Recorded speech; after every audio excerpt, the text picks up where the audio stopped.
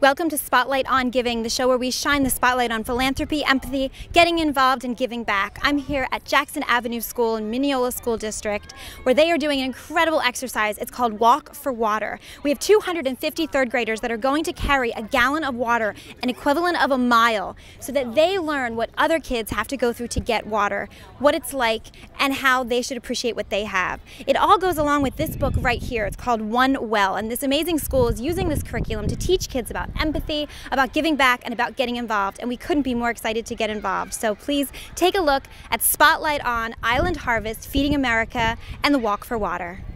Spotlight on Giving!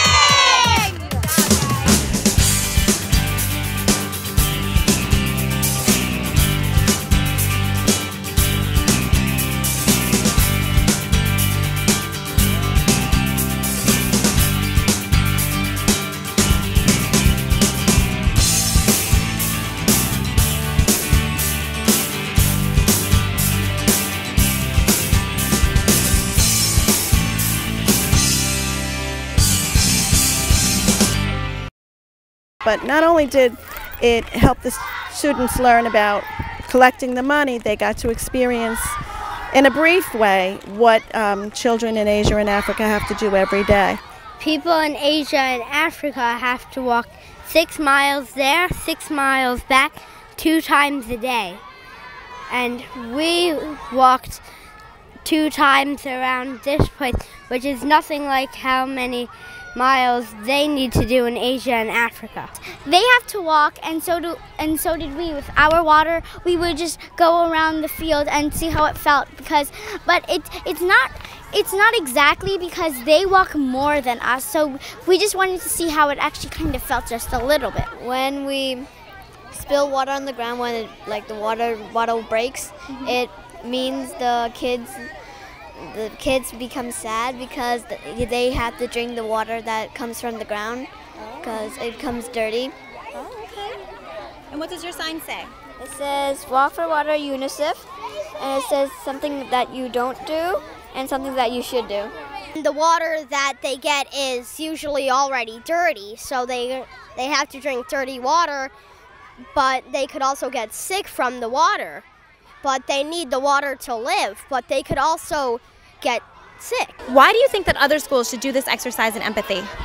Well, I think, of course, the lesson of empathy is so important for us to teach our children and for them to be able to kind of bring what they're learning from a book to actually real life and be able to carry the gallon of water and know what it feels like. Many of them were saying how heavy the gallon is, and to think that kids have to walk miles and miles just to access a little bit of fresh water every day is a great lesson for them. Community outreach and food drive specialist of Island Harvest, who is the wonderful nonprofit as part of Feeding America that the water was donated to. All of the kids gave water in, and they're giving it to you. What does that mean to you?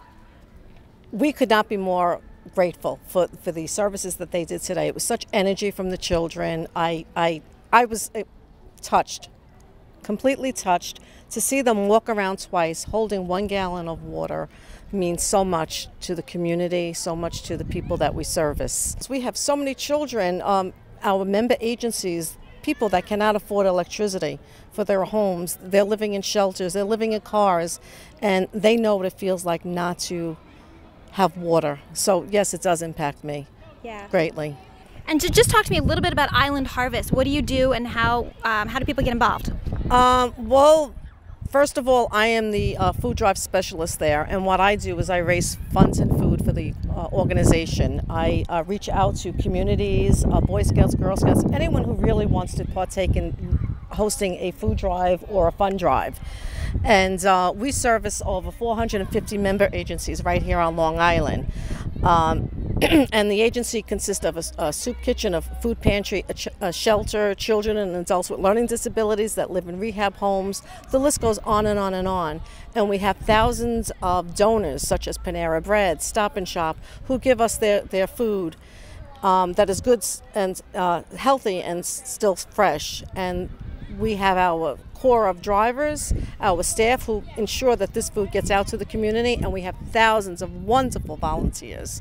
We also have our wonderful vets, Operation Hope, where we service our veterans with food twice a week to our veterans and their families. So those programs we need funding for to continue to do what we do best. And donations? Do you also take food donations? We take food donations. We'll anything that's new. We'll take toys. We'll take really just about anything as long as it's new, it's not used, and we're happy to get it. Wonderful. Thank you so much for the time, Doreen. I appreciate it. Thank you so much. I appreciate it. We're so happy to shine this. Well, the kids are the ones that are shining the spotlight on Island Harvest and Feeding America, and we're just pleased to be a part of it. So we leave you with the question, what cause do you shine your spotlight on? Thanks so much for watching. We'll see you next time. Bye-bye. Thank you. Bye-bye. No one else can do the things for us that you